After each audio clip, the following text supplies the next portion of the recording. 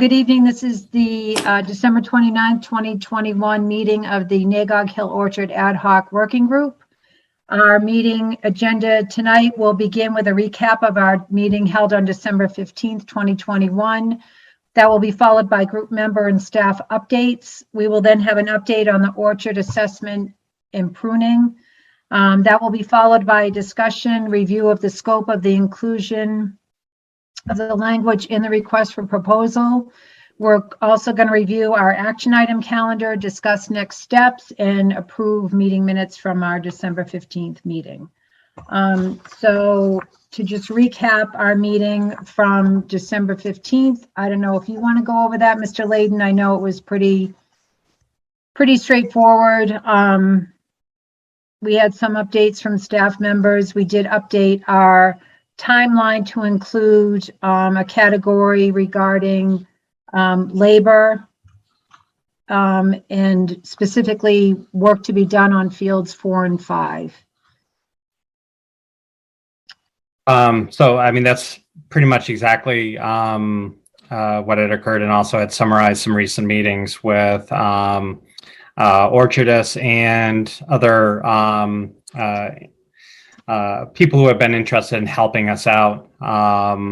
We also then did discuss simplifying the scope of work and what was needed for getting quotes for pruning the northwest corner of the orchard bound by Neshoba and Nagog Hill,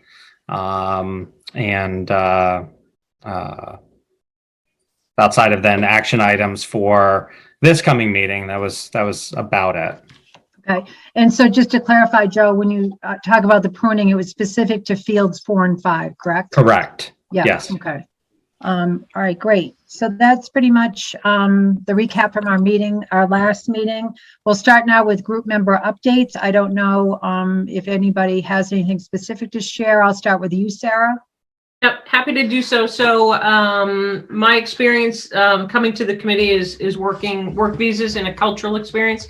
And so I reached out to orchardists and people that I'm familiar with, not necessarily in the Commonwealth, but in the state of Maine, that utilize the H2A, which is a seasonal, the A stands for agriculture. And that typically revolves around the crop season. I was pleased to understand through the government agencies that a municipality can hold an H2A visa. We're very fortunate in our area here in the Commonwealth that there's the New England Apple Council has also helped facilitate some of the work visas as well. So it is not an easy process, but it is a very doable process. There are specific timeframes to which you submit your state job order, typically 75 to 60 days out, and then you have to submit your H2A visa no less than 45 days to your start date. So if you want someone to come at May 1, you back 45 days. So when you look at what does that include, there's a litany of questions. So you're offering a job to someone that in the United States they can't fulfill. And so we have to present whoever the visa holder is, such as whether it be the town of Littleton.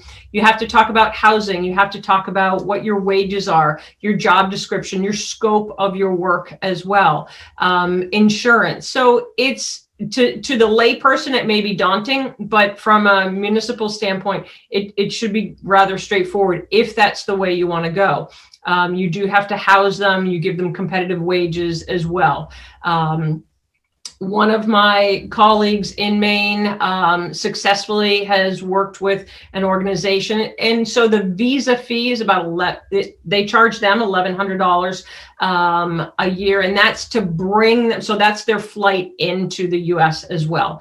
And so that's kind of their visa fee. And that's kind of similar to the ones that I've worked with as well. So going forward, I think it's good news if that's something that the town wishes to entertain. Obviously, we can talk to other people in the Commonwealth that use that.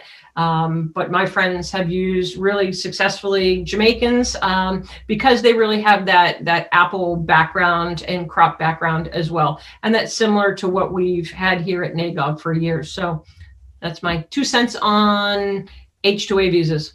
Okay, great. Sarah, Can you just, Yes. sorry. Is that Can you just- $1,100 per person? Correct. And that's just the visa fee and the flight in. So I have to determine whether that's a round trip or not. But in the scope of today, going through getting your visas and it's quite reasonable, unless you really want to go it yourself. So. okay. Sarah, can you just recap the dates that you gave, the deadlines, the 60 Yeah, so to the 70? deadline, so there's 2 processes, and I think to keep this meeting moving, I can submit it to Joe if you want, and so Okay. that we all have that. So, but really the hard stop date for the second phase of your application, you have to have it submitted 45 days prior to the day you want them to start. But there's other things you have to do leading up to that. Right. So. Okay. All right. Yep. So yeah, if And you I have could to send say, that this is not the visa that I am accustomed to, but it is very straightforward. The government agencies has really quite easy tasks to perform. Okay. That's very Joe, I'll helpful. send you that link. And then just to ask a quick question, so this would be bringing H2A people over in lieu of hiring someone locally? You still have to put a job posting out. So you're not taking the job of an American, you're helping find someone who has crop experience. So if you can find someone that meets the same criteria, perfect. If not, but yeah, you still have to publicize the job.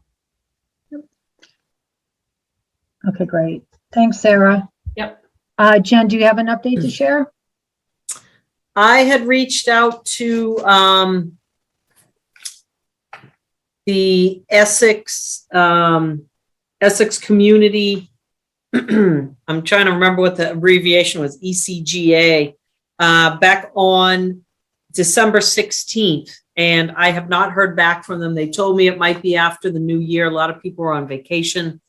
But basically, that's the organization that was responsible for the patent homestead in Hamilton, Mass. Here it is, Essex County Greenbelt website. So that's a group that's really interesting. Just a quick background on them. They started in 1961 when a bunch of local residents got together to save a certain property from development. They now manage conservation of over 17,000 acres. They work with 34 cities and towns of Essex County, of which we are Middlesex County, but they help individuals, families, and municipalities and organizations realize their land conservation goals. And they want to keep healthy ecosystems, clean water, local food supplies, scenic landscapes, and free, accessible places for all to benefit from nature. The group has published bylaws, a board of directors, employees, and volunteers. So basically what I did is I called and I left a message and I said, I realize we're not Essex County, we're Middlesex County, but we would love some help or some direction where and how you posted the application for the people who are going to be running the patent homestead. So that is, I have not heard back, but she said, you know, they'd pass along the request, but it would most likely be the new year until we heard back. So that's just giving us ideas on the wording of the job posting and also where they posted it. So when we go to finally post for something, when we're ready for that, we'll have an idea of where we might, another place we might be able to post that we hadn't thought of that might have a broader reach. And so when you say job posting, do you mean the posting of the RFP, Jen? Yes. To help us get language for that? Yep. Okay. Yep. And So, where I mean, where they posted theirs. I got right. I wasn't overly stressed. They didn't get right back to me immediately because I think we're a little bit away from that, but hopefully they will get back to us. It's a pretty impressive website, what they've done and who they've partnered with. They have 33 local, regional, and governmental partners, and they give you a link to every single one. And Amy, some of the documentation that you had provided, they also provide on some of their links. So it was a really informational website. It was great. All right. Excellent. That's all I have. Thank you. Amy, do you have any update to share? Yeah, I did. I spent a little time reading over the APR program. And so I know one of the big questions that the group has is that in is that it talks about like agriculture. And so what does agriculture really mean? So it's extremely broad, as we had assumed it would be.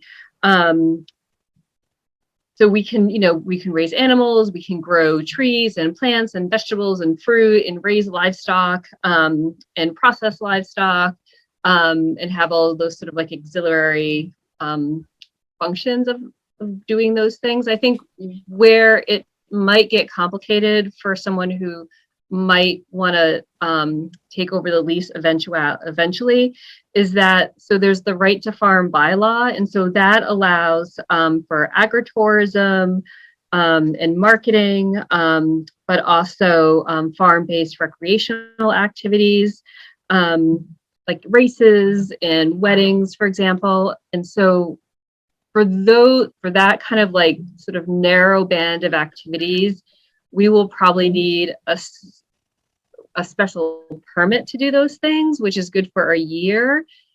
So when we're ultimately looking for someone to take over the orchard, I don't know how this works because I'm not the expert on it, but if they wanted to have like a one-off race that started and ended at the orchard to raise money for the orchard, they would probably need a special permit for that. Now, if they wanted to have weddings year round, that I'm not sure they would be able to do that. MDAR really encourages and makes themselves available to sort of like ask those types of questions. So we would either need to clarify that ourselves so that we're really clear with any potential applicants what they can and cannot do. But if there was a one-off opportunity, they may be granted that special permit to do it. So a few other sort of little quirks that we may need to be mindful for. So there's like a really big push for renewable energy, particularly in agriculture. So anyone, the town or the person who takes on the lease could install solar panels on a building. But if they wanted to, a lot of farmers are sort of becoming solar farmers and putting up like mounted solar panels in their farm. That may also require a special permit as well. So they really differentiated what's like in the ground and like on a building. So on a building's fine, in the ground is going to require special permitting. If someone says, you pulled out all these trees and I want to farm these apples over here and then generate solar energy over there. That's something that we might really need to think more about. Composting is also very much allowed and encouraged. Obviously, being mindful of the neighbors and making sure it's not creating runoff and creating odors, for the abutters. That's also allowed, and there's a pretty clear process for requesting these special permits or abilities to do these things. And again, MDAR is pretty open to having conversations and having visits to the farm. Things like, and it may be an important conversation to have with them before we really put out an RFP for a long-term leaseholder, is to really talk about, they're really concerned about like altering the land and the soil. So if we felt like there needed to be a new irrigation system or a deep well or a shallow well, we may really need to have them come out and talk to us about that. I don't know. I know, Sarah, we talked about fencing a little bit in the deer population. I'm assuming that's going to be fine. The SARS grant would cover deer fencing, so I assume that would be fine because it would be on the boundary of the property, not within the APR that you had talked about. You said there was sort of like this APR section and then this border around it. Will talked about that a little bit as well, that it's farming out a nuisance. So that's part of agricultural practices. So I really don't think there's going to be much pushback because we're seeing more and more, especially you see some of the other orchards over in Bolton and they have significant deer fencing. Yeah. I think things that we're going to really, so I know parking is such a challenge over there. It's, but so you can't pave over more than 5 acres or 5% of your land. So we'll need to kind of think about, what kinds of things a leasee might want to do and what kind of parking requirements they'll have, because there's definitely restrictions around that. Right. And Amy, I think that brings forth a good point, because when you're obviously when you're in ag, if we're just talking about parking in terms of pick your own, that's something different. But where we do have some fragile soils over there, that's going to have to go through a whole municipal process, whether it's through conservation, we'd have to look at stormwater management. So I think that's something that is exclusive, that any type of improvement just has to be run through whoever the overseer is for the town. Yeah. So there's the right to farm, and then the APR, there's like this little narrow place that we need to probably call MDR and have a conversation with about them. But pretty much anything else is allowed. Amy, and NDAR, can you just clarify what that stands for? The Massachusetts Department of Agricultural Resources. All right. And they also have a list in all of those links of all the grants that are available to that property, that are really, some are specific to APR properties, and some are just, open to, for-profit and nonprofit farms, for all sorts of different things: energy, climate resiliency, improving the property, food and safety. There's one that's specific to dairy farmers. So yeah. Okay. All right, great. Thanks for clarifying that. And thanks for that update. Mr. Glaby, do you have anything to share?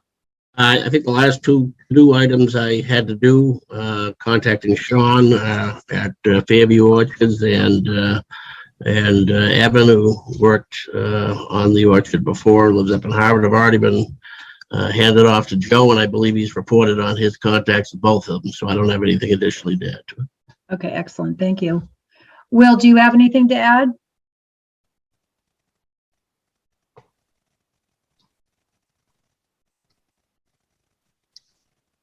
Sorry about that. No, I don't. Not at this time. Thank you. Okay, great. So my update is that I did poke around on online and just looked at different RFPs that have already been issued. I did start working on our RFP with Jen, and just made some notes and comments in that based upon discussions that we've had as a group collectively. I also put together a PowerPoint presentation that I shared with everybody electronically that we'll go over tonight too. I think at this point, we really should get before the select board and give them an update about where we are, especially in light of our anticipated release of the RFP for pruning for fields 4 and 5. So that is my update, and that will be the lead-in to Mr. Layden to give us an update on the pruning assessment for lots 4 and 5.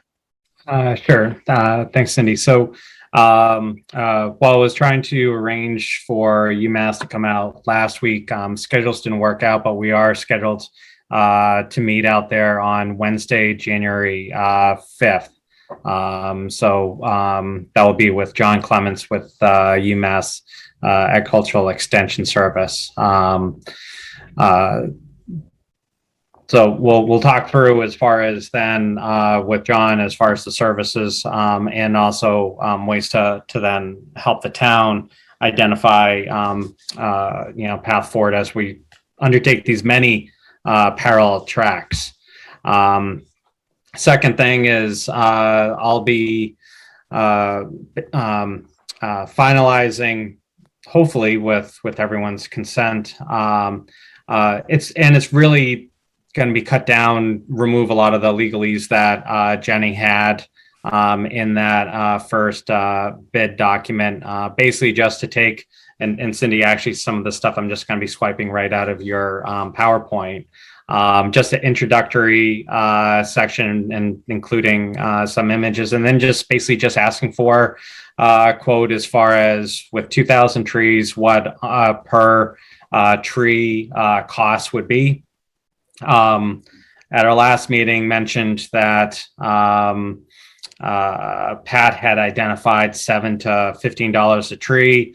when I was talking with two people today, they basically concurred it's within that range and realistically probably between 10 and 12.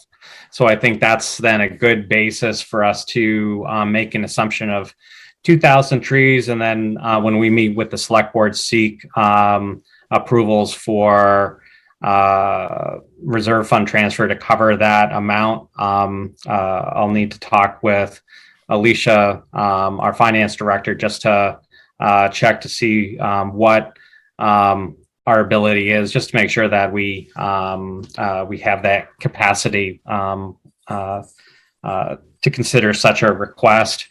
And in talking to both Jared today as well as to Evan, they actually both express interest and would like to see when we do put out some sort of advertisement as far as requests for quotes. And one thing from my sort of report to the group was, they basically were giving me a little tutorial on pruning what had been done incorrectly at the orchard, what needs to be done. And time is going to be of the essence, that trying to get something out beginning in next week with a fairly quick 2.5 week turnaround, just so that we can then meet to review any proposals that come in and ultimately make any sort of award. Still let us get things done end of January into February with enough time for that area. So sorry, Cindy, I just realized that you must have disconnected. And then inevitably, as the Zoom, you're muted. Yeah, my computer died, but I'm back. So may I ask, Cindy, is now a good time for, I have a couple comments that are driven towards Joe on the outline that you had sent us. First off, I have to say that I'm really excited that you've got John Clemens coming out. I mean, he's basically written the book on pruning. And so, but it is now, Madam Chair, a good time to talk about any edits that we may have for Joe or suggestions. Yeah, that's great. That would be Okay. perfect, Sarah. Thank you. So, and this is referencing, Joe, the December 15th titled Arborist, Orchardist, or similar. So it's your description of work. So it talks about scope of work for the northwest corner. If I may just make two suggestions, and then I have a question to have as well. So when we refer in the description of work, if we can talk about that we're referencing fields 4 and 5 in that description, I think that would be helpful, so that we're always on the same path of work scope. And that's on page 1. On page 2, and I guess I would ask Will to chime in on this with his expertise. When it talks about the hours of work, it says work must be done between 7 a.m. and 3 p.m. Monday through Friday, and access has to be granted to you. So I have two concerns. One is that I believe there is an agricultural exemption, which would allow people to prune different hours perhaps and on weekends, but I'm very concerned of the weather. And this kind of parlays me into the discussion of 2 blocks down from there, where it says work is to be completed within 30 days. Weather, as we all know, in Littleton in February, March can be quite cumbersome. And I did a little bit of math going forward, and I'm not a math whiz, but if we're looking at a 30-day window and we're taking out the window of weekends, we're down to 22 days. And if we're asking someone to touch or prune 2,000 trees at 22 days, that means someone's going to have to do 90 trees a day.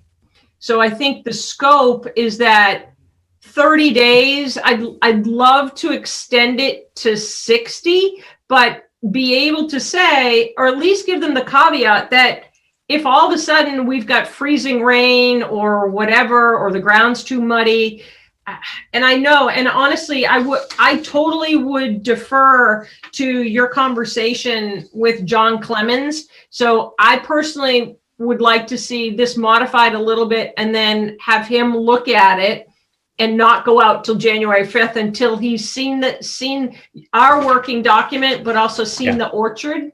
And to ask him realistically, I mean, he knows what Massachusetts weather is like. So those are just my my points of reference. No, Sarah, good to your I had- point, I had one was more, for though. pruning, So one we're more. pruning the Wait one sec, trees. Will.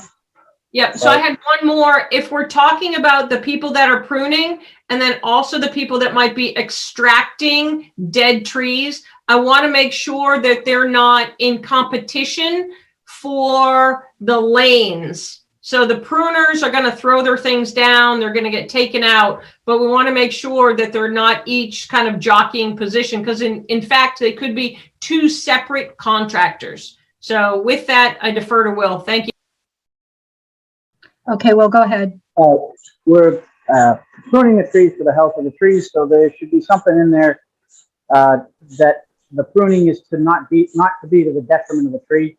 If the sap starts flowing or something like that in the springtime and the bark is soft and you don't want people damaging the trees, or if the buds are starting to break, that's stuff that needs to be taken into consideration in addition to the time frame and the weather. I would assume that if it's a pruning crew, they're going to be able to tell you how many trees a day they can prune. Hopefully they would look at the site before they put a bid in, and we would write it up so that there's latitude in there for the scope of work.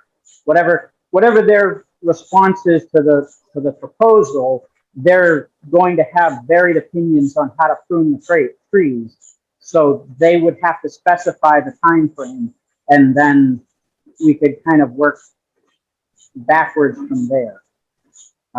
But 30 days does seem like a little bit of a short period of time.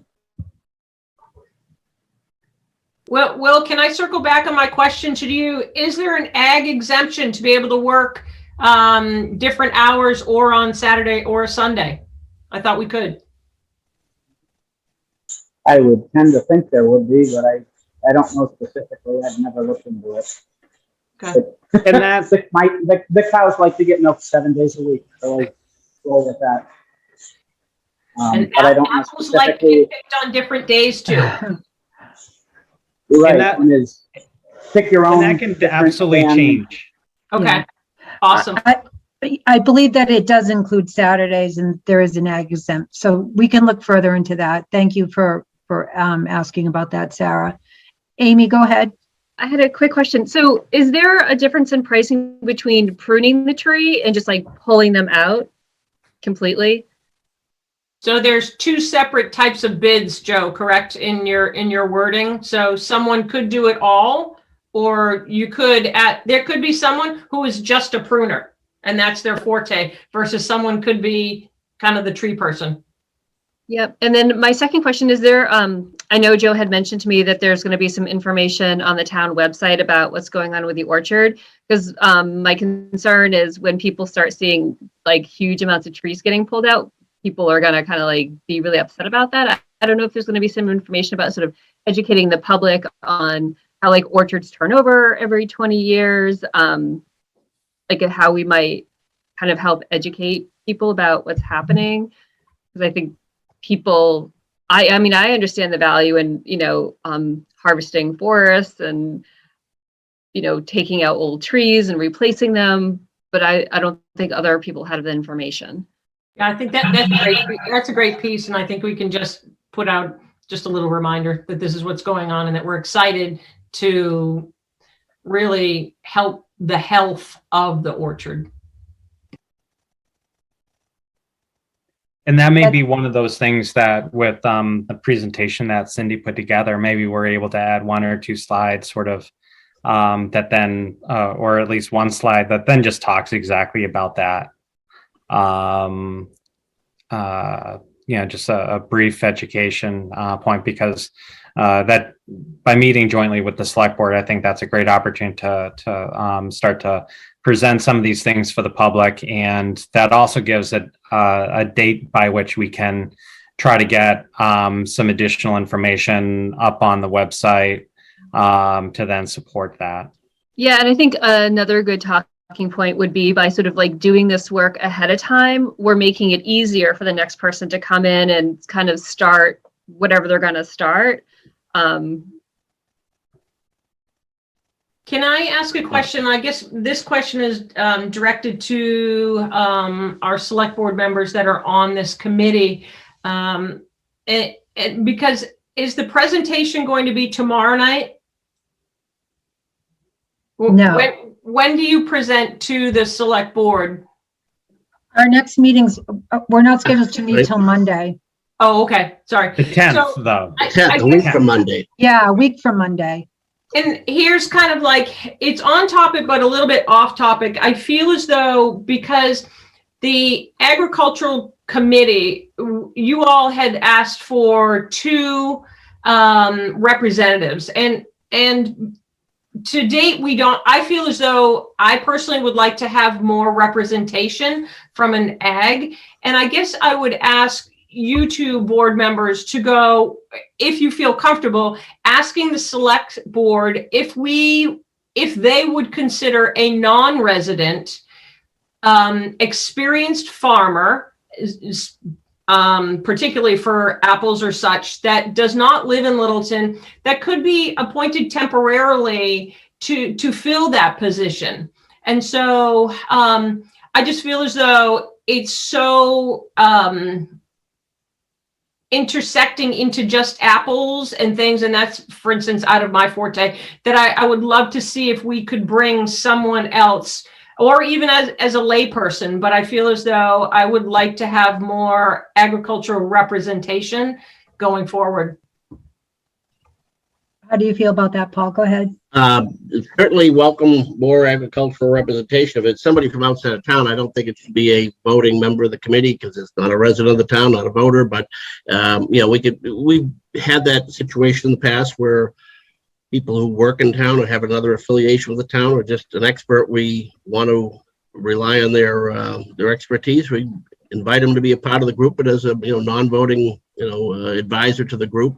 Right. But beyond that, if you can come up with another person with local ag experience who doesn't happen to be a member of the Ag Commission, I think that's a decent way to approach it too. And also, Paul, someone who's not interested on bidding on any of the work. Right. Yeah, that becomes I an think issue. that we just, Joe, if you, obviously you've come across some people that, are just really vested in helping us that don't want to bid on something. I think if you come across someone, I guess I would just like to put forth the option, if you felt comfortable, to ask the select board if we could bring more people in. Yeah, that sounds great. Yeah, I think it's within our power, and I don't think there'd be any feedback. I think we have to be careful on a non-resident having a voting status, but we get more people into the loop, formally and informally, both. Yeah, I think I would only like to have one person on a formal non-voting basis, and that's based on their expertise. Sarah, do you have anyone in mind or anyone we should reach out to? No, I would love John Clemens from UMass. So now, Joe, you've probably met with some really experienced people so far. So yeah, no, I don't, Jen, but Okay. it's just my wish. Yeah, and John might have some students that work underneath him, or PhD students or master students that could be potential people to join. Yeah, I mean, we've Madam Chair, through you, we've used this at least once in the past couple of years, and historically more often. But if there's a student, we could give them an intern status or something rather than help on the project. That's somebody who, if that gets us more access to Clemens, then terrific. I'm just an idea. That's a way of getting around that. That's an interesting idea. So. The other thing too is we've had a lot of people come out and look at the orchard and offer their input, not necessarily with the intent of actually bidding on anything, but just to offer some assistance to us. One of those individuals might be interested as well. Right. So we certainly have plenty of prospects. I think it's a great suggestion though, Sarah. Thank you. You know, and if we have an advisor, and I defer to Joe on the steps with this, it could either be if somebody wants to help us voluntarily, fine, but we can also probably scare up a little money to pay them. You know, if it, you know, it'll probably be a low dollar thing if we're talking about getting a little expert assistance, short of doing the actual physical work out in the field, just somebody to help us with the, you know, the management of the overall thing. You mean like a stipend? Yeah, I mean, it's more the dollar amount rather than how it's paid out that becomes an issue. And, you know, I'm not advocating, I'm just saying that's not it's something that's a possibility. Right. And Paul, we did have an intern, budgeting for an intern, I think, worked into the select board budget. So that's something we can I'm even definitely talk talking about some of these other folks that were just referenced by, I guess it was Amy, you know, some of the people that we've met with who, you know, have given us free advice already, but aren't going to be, you know, interested in bidding on something. Well, maybe we Right. can throw them a couple of grand to help us through this process, you know, especially since they won't have a vested interest in making money on the back end of it. They might be very helpful on the front end. Right. And plus they've already seen the orchard. They've That's already true, come too. out and reached Yep. out to us, which I think is great. So Yep. that might be I like the idea of consultation. I'm not looking for someone who's going to tell us how to market it. I want to make sure that we're following the health and wellness of the structure of the trees and the property. okay. So I feel like that could be a further part, but I really want to focus on our task at hand, which is preparing the trees and the facility and everything to go forward to a bid. Right. I was wondering if Sean O'Neill, we might be interested in talking to him on a advisory capacity like that. Kind of what I was thinking, Will, either he or one of the other folks we've talked to, you know, depending upon what our need is. I guess my main point is here, the beyond filling a slot on the actual committee, if a couple of, you know, dollars helps us get a greater sense of confidence about our, you know, our approach to everything. You know, the same means that we have to going to reserve fund transfer to get money to prune trees, we can certainly add a lesser amount for, you know, a little expert advice as well. Right, Joe? Yeah, exactly. Thank you. Okay. All right, great. So we're all set on that then. With everything with what we just discussed. Joe, you're gonna meet, we moved the UMass meeting to January 5th. Yep. And we'll wait to finalize the RFP until you've had that meeting, just to see if Okay. they have any additional input. And then we'll plan on bringing this before the select board at our meeting. What did we say, on the 10th? Okay. All right, great. So next on the agenda is to review the action item calendar. So I will share my screen and pull that up. Hold on 1 second. Where is that?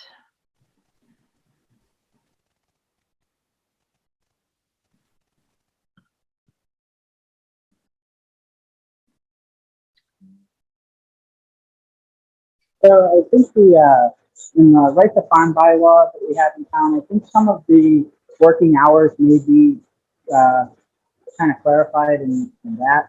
I don't know what else statewide there is, but I think that there's language in the right to farm bylaw. Okay. Well, I think there is something stated because it always perks up its head on Sundays when people are like, we've got the big tractors going on Sunday mornings. I think that farming can start before construction. So I don't know if that's a state or if that's, I don't know, but that's kind of just my recollection of it. I think it's more pertaining to Sundays. Okay. Okay, so looking at our timeline, I'm going to move the UMass site visit. That's now January 5th, right, Joe? Yes. 2022, and look at that, it says 2021. And then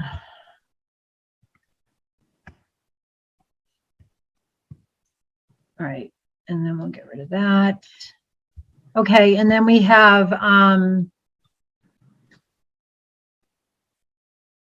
as far as the reserve fund transfer, Joe? Yeah. We're going to talk about that as well at the select board meeting on the 10th? I think that would be probably advisable. Okay.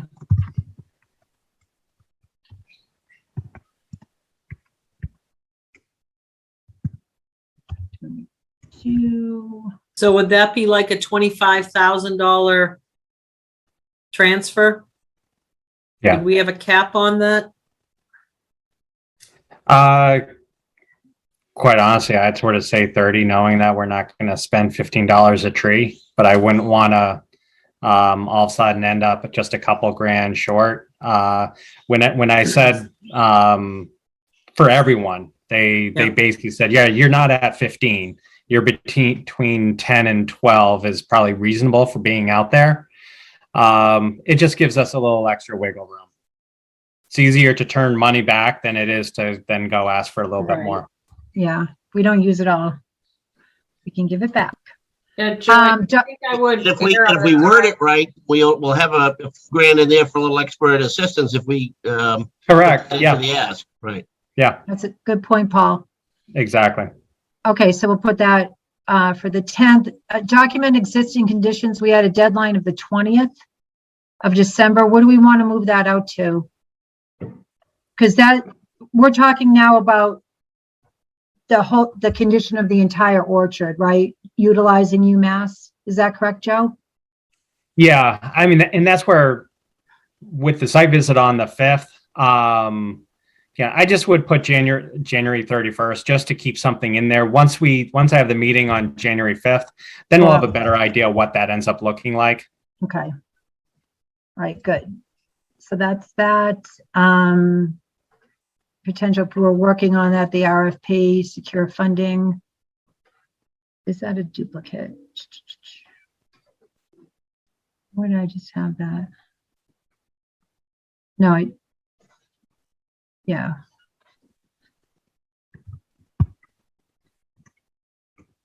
Okay, and then schedule the pruning.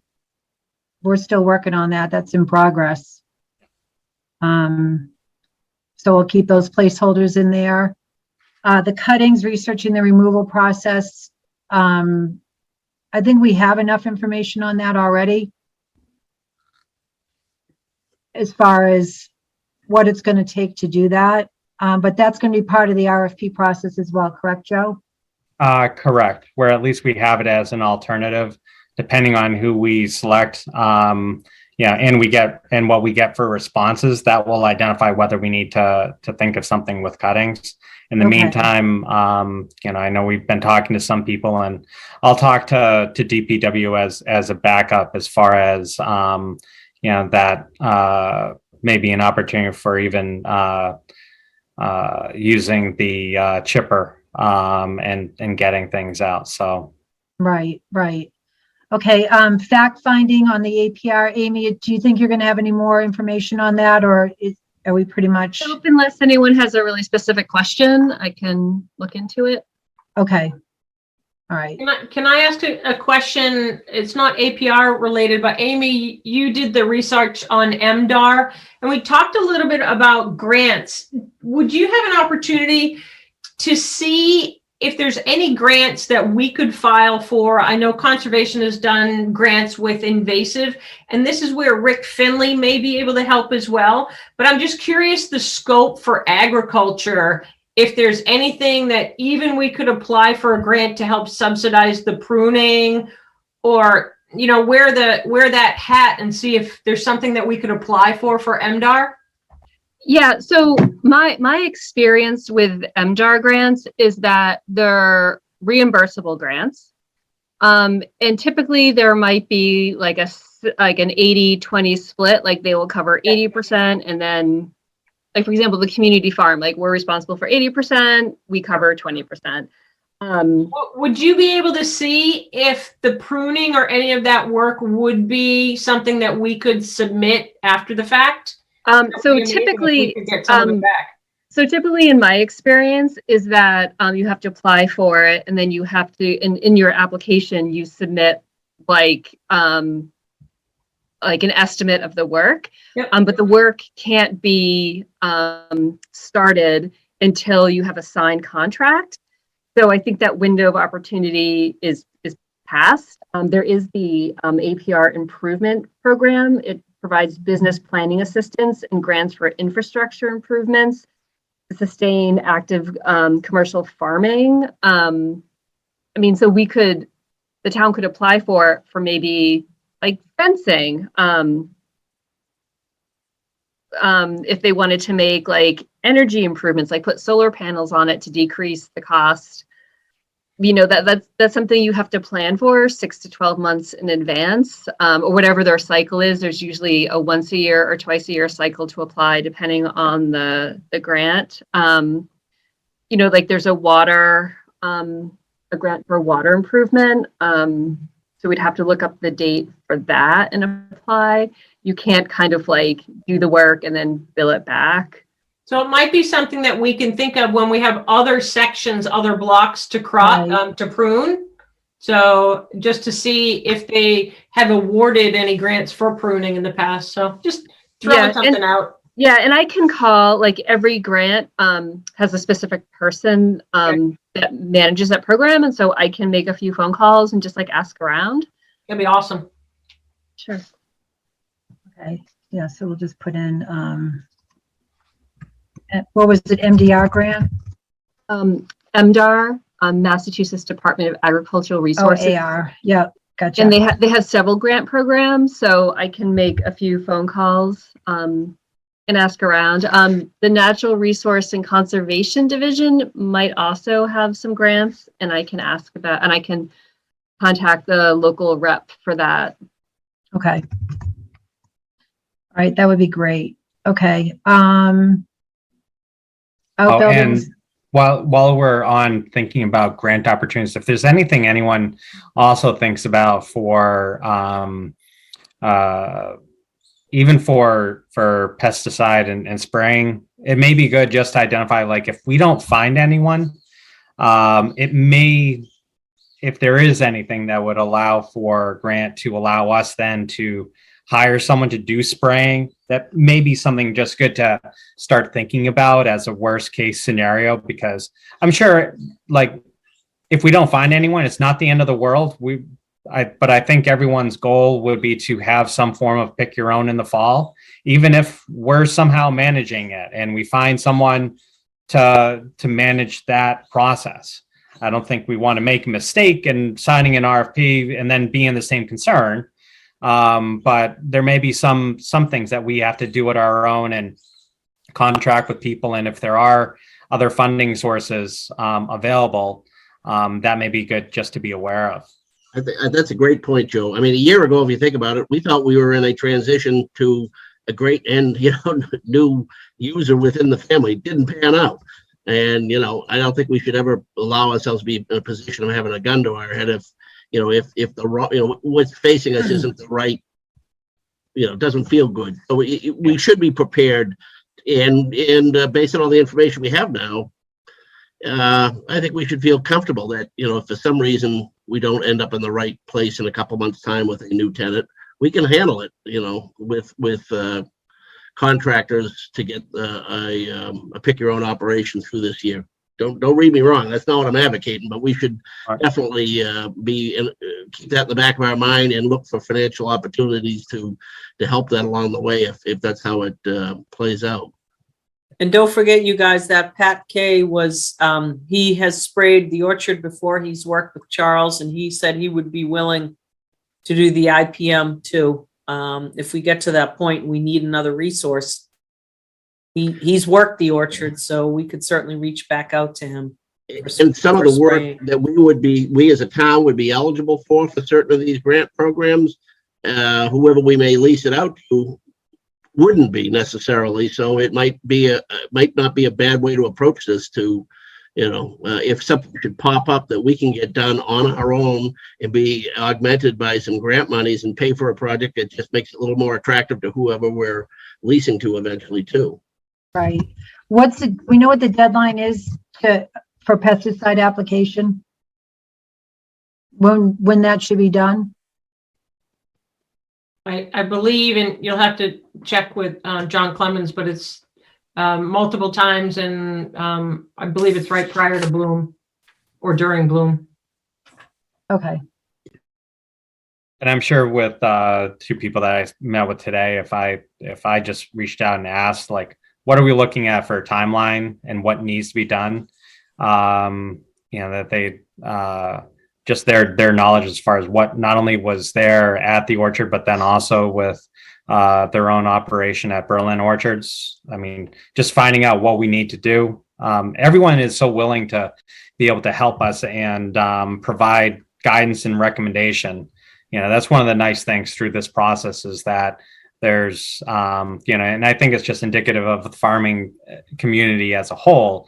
No one wants to see an orchard. No one wants to see a farm just go away, disappear. And that even if it's not theirs, they're more than willing to provide input and thoughts on what should happen. Okay. It has been really nice. Everybody that's come forward to help. Okay, so I added pesticide application, and then I added grants under fields 4 and 5. And then history for public distribution and a recap of community involvement. We can look at the PowerPoint that I put together, and that will answer some of those questions. Does anyone else have any comments on the timeline? No. Okay. All right. Let me get rid of this. And then find, hold on one sec. Here we go.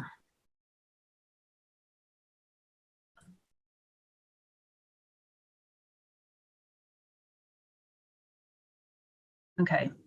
So here is the PowerPoint that I put together for the group to take a look at. Some of you did provide comments. I appreciate it. So it's basically just an update to share with the public and the select board, particularly, which we will plan on doing so at the next select board meeting. So the first slide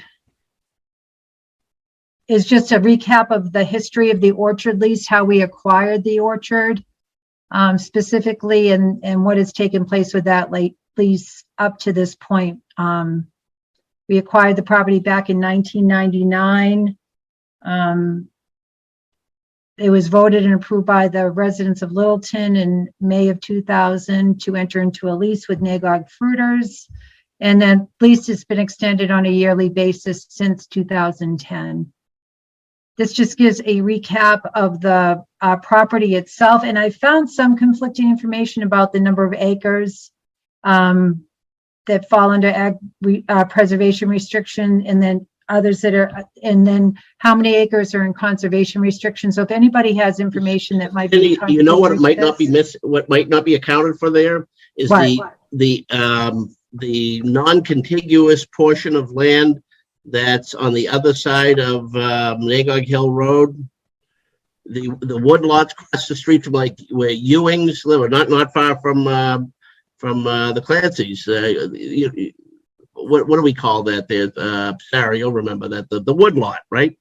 That might account for the missing 20 odd acres that is part of what we own, but is not contiguous to the other. okay. Because you've got 83, you've got 24, and there's a missing number in there. And we forget about that parcel because it's not attached to the orchard or the conservation land for that matter. Okay, so let me do some more research. That's the one that Gino always cites when he wants to build housing. I'm looking at the preservation restriction, and it refers to this 49 acres of land. Okay. I think 49 is the ag number. Yeah. Okay. So 49 fall under ag restriction. Cindy, let me go back to the original meeting and that. Let me get the numbers for you. Okay, that'd be great. Yep. I'm just going to move on while you do that, Sarah. Is that all right? Yep. Okay. And this is just a picture I pulled out that shows all the different types of varieties of fruit that have been grown and sold at the orchard in the past. This is a screenshot of a map that was taken from the town annual meeting report of 2015 that talks about the orchard and the different parcels of land that we acquired through the purchase. And then this next map is the map that Joe had put together for us that shows the different parcels of a different view of the different parcels of land based on fields, which I thought was really interesting. And there was some changes that we had,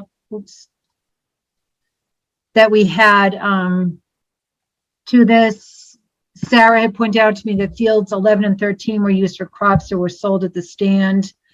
And that field 14, although it appears not to have been pruned and the trees are growing into each other, it's still considered a healthy plot of land. So I just thought this would be a good visual to share with the select board. The next is the contacts that we've had to date.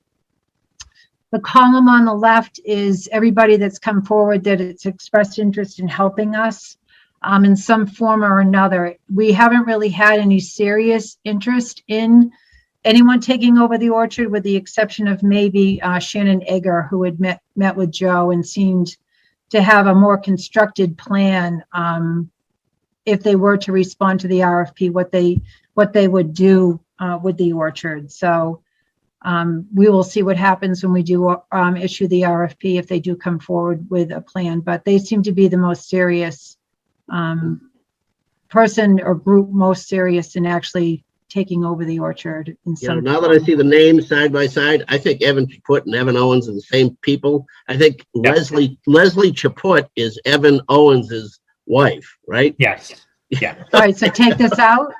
Well, one of them. The Owens top is one. right, I think, and Put is his wife's name. Oh, and her name's Leslie? Yes. Right. And I did speak to her, so yeah. There you go. All right. All right. All right, so we'll just leave that in there. Okay. Any comments on this slide from anybody? Great. This is just a picture I pulled up of the beautiful apples that were once grown at the orchard. These are the existing conditions that we have identified. The trees are unpruned. There's invasive species. There are tree cuttings disposed of throughout the property, and it appears fields 4 and 5 are in the best condition, as we've been told. So I came up with a phased approach to move forward, recommendations for phase 1, phase 2, and phase 3 of this process. If anybody has any comments or suggested revisions to this, please feel free to share with me. But I just figured it kind of helped us guide us going forward. Do we want to try to put some dates in place? Like this will happen in a 6-month window, or this will happen in a 3-month window, or do we not want to tie ourselves to dates at this point? From experience, this is a lot of information we're giving folks. It's second nature to us now at this point, but for other folks who have been checking in and out with long gaps in between, if we get this much information across, that's fine. I think dates are just is a level of detail that we don't need to commit ourselves to at this point. And I don't think that we can, just because we haven't even issued the RFPs yet. Right. We haven't gotten any bids back and responses back. I would just rather leave it open-ended personally. Can I ask a question? Have we made any progress in terms of inventorying equipment that we will be able to take over, or that Charles is taking with him? Have we gotten any further on that? No, but that's a really good question, Jen, and it's one on my list to talk to Joe about in the select board. Okay. because we did talk about that, especially if we're planning to do some form of pick your own with fields 4 and 5 Yep. to determine what equipment we do have on hand that would assist with that and what we might need to obtain to do that. So, Okay. Yeah. Madam Chair, if I might, this is as good a point as any to raise a topic relative to the presentation in a general sense. We're not out of the woods entirely legally yet with, so we should be careful about what is presented, what's discussed openly in there. I mean, everybody's not off the property. We haven't resolved all issues. So at a minimum, maybe we should ask the question of, whoever out of Harrington's office might want to just say, hey, what should we say and not say at this meeting? okay. We can do that. I have, So Paul, are you asking to have town council review this prior to the meeting in 10 days? Well, that's not a bad idea. And, and then, just beyond that here, that's probably the easiest way to do it. Say, hey, this is the presentation we're looking to make. Yeah. Anything in here we shouldn't be putting out there, and any other guidance about topics we should stay away from. Okay, thank you. and Okay. I know we're talking about having the orchard open for pick your own. Someone may ask the question, well, who's going to sort of run that or oversee that? Will we charge money or not charge money? I mean, who would operate the pick your own? Like, who would the staff be that We don't know yet. handed out? Yeah, I mean, honestly, Amy, I think we're hopeful that we can do that. But Yeah, I think Honestly, Cynthia, I think that we should put it as a wish list. yeah, And because the way it's presented now is kind of almost gospel that we're going to do it. yeah, So I would highlight, we hope to do it this fall, but it may not be till the next fall, or that it's our desire or wish. right. Or goal? But I feel Yeah. as though this makes it look like it's set in stone. And we Is may it on end up here? with somebody, no, but it could be, I don't know if it's in there. But we So- may end up with somebody who blows us over with a great proposition that doesn't involve pick your own, so Right. we Well- gotta be open to that. Yeah, I mean, the objective is to preserve lots 4 and fields 4 and 5. Yeah. In the short term. I mean, that's our main objective right now. If, and to Paul's point, it might not be a necessity. It is a wish list that maybe we could do that.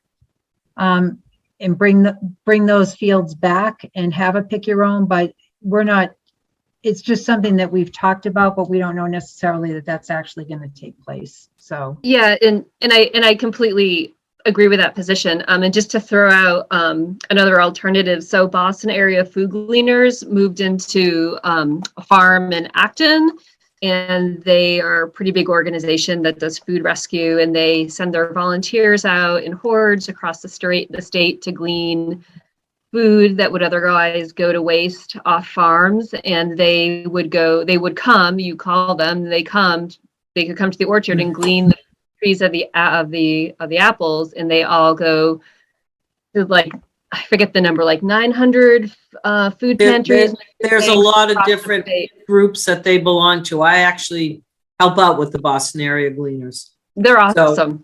Yeah, They're great. We've picked, apples, we've picked carrots, we've done kale. Kale. Wherever a farm has excess produce, we go. Yeah, So- and they're in Acton, and they will Yeah. take up to 6,000 pounds of one crop. That's another alternative. so that's certainly something to think about if we get to that point. Okay, good. And so I'm just going to leave this as is now until we actually get the RFP issued. We can fill in the blanks on this, but this is just something I wanted to share with the group. The next slide, so I broke it into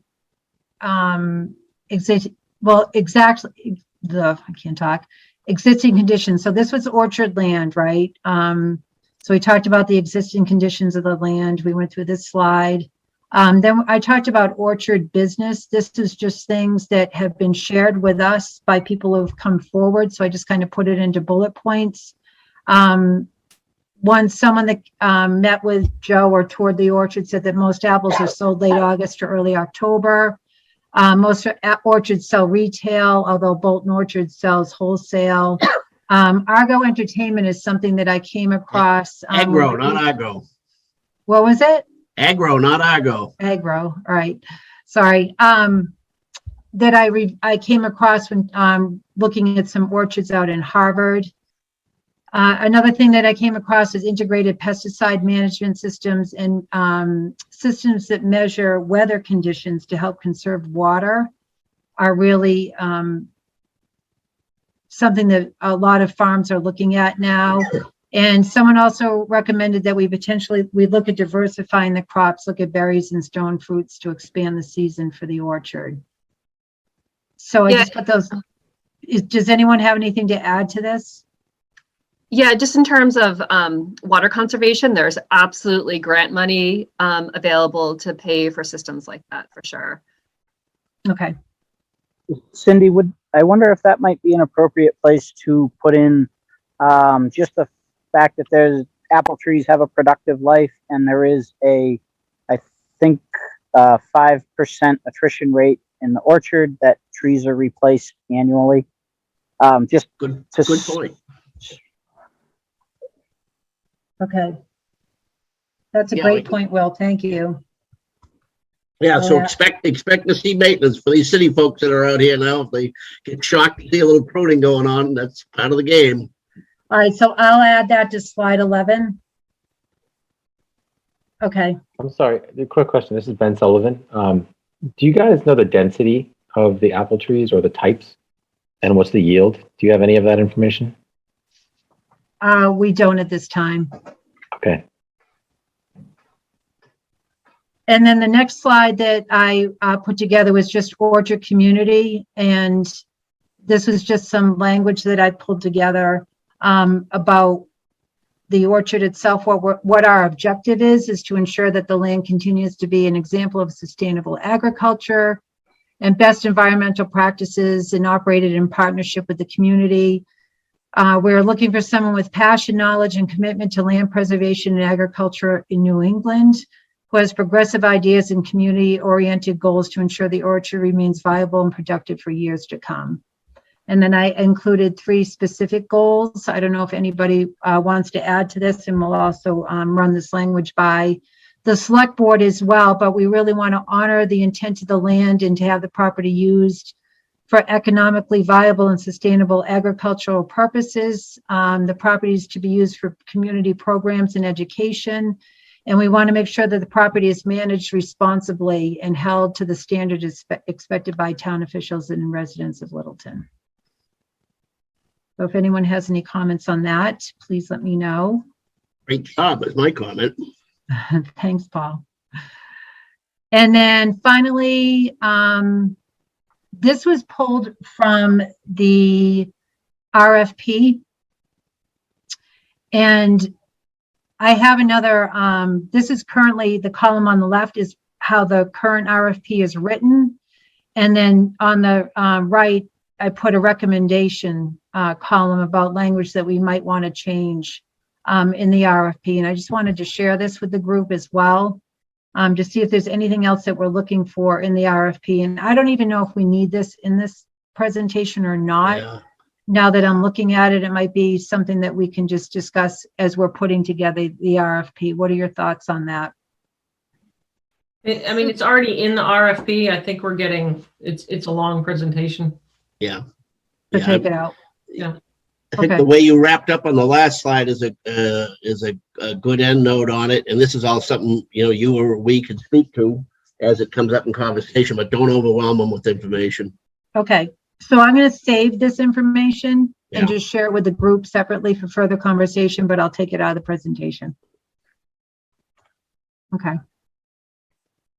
All right, great. And stop screen share. All right, good. So we are back, and that is that. Next on the agenda is to discuss next steps. So we have, Joe is going to be meeting with UMass on the 5th. I'm going to finalize that PowerPoint. We'll plan on meeting with the select board on the 10th. And we're going to ask for some funding at that time. Does anyone else have any action items they want to share? I will be looking into grants, and I need to set a date with Joanne at Sholin Farms out in Leominster to have hopefully I can go out and visit. Okay. All right, great. Anybody else? Amy, if you get a date and you would like some company, I'd love to go with you on that one. Road trip? Okay. Absolutely. And I will try to get a hold of the Essex County Greenbelt again and see if I can get a little more information on where they posted. Okay, great. Posted their RFP. All right, great. Okay, good. And I think we just have meeting minutes to approve. Joe? I didn't have any to distribute, so. Okay, for the good. next meeting, we'll I have thought I some. was, I'm like, Yeah, I was thinking Where I are missed they? those too. all right, good. Good. Perfect. I didn't miss anything. All right, excellent. So we are scheduled to meet again. In the new year. In the new year. Yay. Woohoo! So we might have another commitment already We on the do. 5th, Paul. Yeah, So yeah, that's that's not right. going to work. Do, Yeah. Do And we on the need to- 6th too, we have the joint meeting with the planning board on the 6th. So that's yeah, we've got a busy tough week week. next week. Do we feel the need to meet? I'd like the group to come to the select board meeting on the 10th for this presentation. So do you want to forego a meeting next week and just plan on meeting at, for the presentation on the 10th, or do you feel we need to meet next week? Well, I think we would need to try and circulate Joe's comments from the meeting on the 5th. And then for the select board meeting, I'd like to have that outline for the request for pruners like locked in if there's any last edits. So I don't think we have to meet, but I think we have to set some dates that if Joe does that, gets the comments on the 6th, that we really have to have any comments to Cindy and Paul and the committee by Friday. I know that Maren wanted to put that discussion up at the beginning of her agenda around 6 o'clock. So we could always just say, a short meeting at like 7 to 7:30, just to go over last minute things. 7 to 7:30 on what night are you talking? On Thursday, the 6th. Maren wants to put this on the planning board agenda? No, the invite that Maren sent out this morning about inviting the select board to the planning board meeting was primarily to discuss some of the initiatives and that MBTA community guidelines that came out. Right. And what time were they looking to meet with us, Joe? 6 o'clock. Oh, So I wouldn't presume what time that's gonna end. I would rather meet before rather than after that personally, if we're gonna meet at all. Yeah, because I think we would really only be 20 minutes. So it's Right. just Joe's So let's meet- update and then the blessing, and because you may have to vote that document in. okay. So So let's plan on meeting the 6th at 5:30. There you Okay. go. okay. Let's do does that. that work for the committee members? Because you For me. would need quorum if we have to vote that in. Mhm. Okay, awesome. All right, good. I All know right, that's perfect. early for you, but we'll just make it so it's a short meeting with the two Yeah. things on the agenda, Joe's update, and then the final version of that draft. What time did Okay. you say that would be? 5:30. Can you make that, Jen? Yep, I think so. Yep. And again, you'll get my summary before that meeting. So at least if there's anything that we need to chew on, we can also have plenty of time to think about that in advance of that 5:30. So Joe, can you take the liberty of making edits based on John Clemens' input so that we would already have a new draft of that? Yeah, I'll have it in track changes so you can see all that. Yeah. Awesome. And Joe, and Cindy, is there a time set on the 10th for our update yet? Or I'll just wait? Not yet. Sometime Hopefully we can get between on 6 and 9 o'clock, somewhere in that span of 3 early would hours. be really wonderful. Yeah, hope we're on the early end because things can drag Hope we on. can We all get accommodate the windy. board. No. We'll try to Bring do my- it earlier. Yeah. Okay.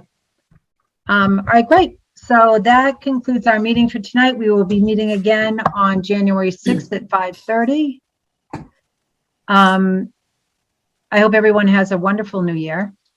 Thank you again for your time and effort on this initiative. And do I have a motion to adjourn? Great meeting and motion to adjourn. Can I ask you guys a question before we adjourn? I'm not sure. I came in late. I'm Benjamin Sullivan. I'm the co-owner of the 91 Nagog lot. We just came in last year. We love the orchard and love everything about it.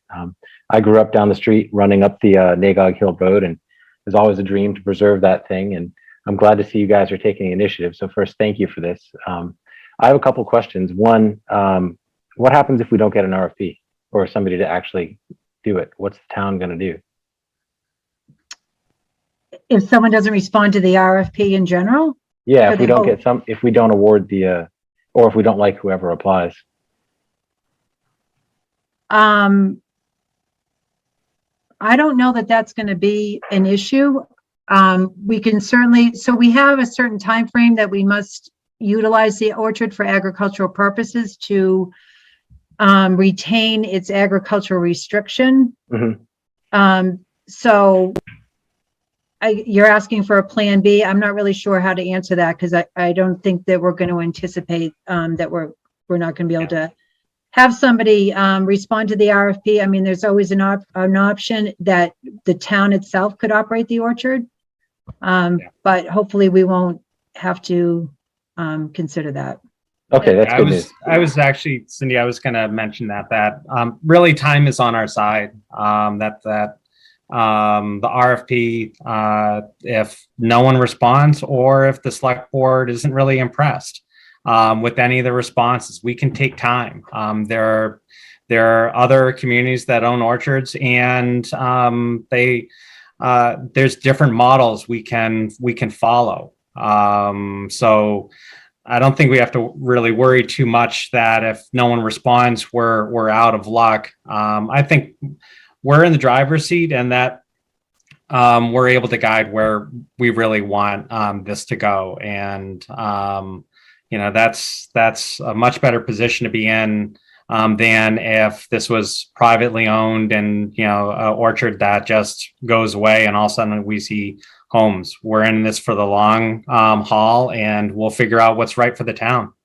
Yeah, no doubt. And I can just say, as a comparison basis, having been here, and Sarah was as well, the first go around, it was a lot scarier then trying to think about who might want to come in and take over an orchard in a declining industry. With a much different climate right now, with people reimagining farms in New England and locavore and all that stuff. It's created a lot more level of interest than we were looking at 22 years ago. Yeah. No. Do you know anything about the costs? I mean, we'd be interested in exploring it as well, but we need to know some basics. Like, do you know the costs of the orchard for the last 10 years, or what's the yield, or anything like that would help people in an RFP to make a bid? 83 acres is sort of a small to mid-size orchard, right? And so we don't know if it meets critical mass. From running a business perspective of it, can you actually meet critical mass for hiring people, et cetera, with it? Or will we constantly need town support? So What I'm told is that it's actually too big to manage.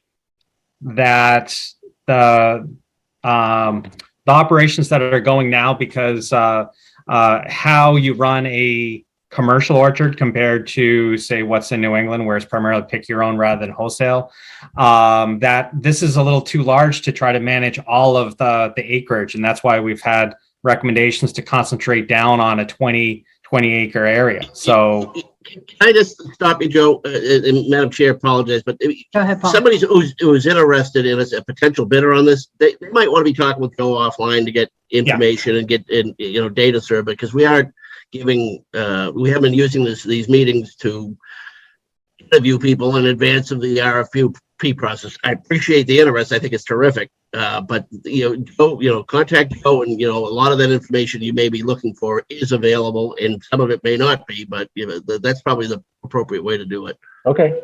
Anything we can do to help, honestly, we're right there. So if you need anything, let us know. Yeah, Right, and right. Ben, there's such, there's so much loss of agricultural land, and there's so much demand for local food. We might not get, I really don't I agree with Cindy and Paul and Joe about how I'm not worried about us getting an RFP. It might not be for apples, but there's plenty of other agricultural uses for that land for flowers and vegetables and grazing animals. You know, I feel really confident that it'll stay in agriculture.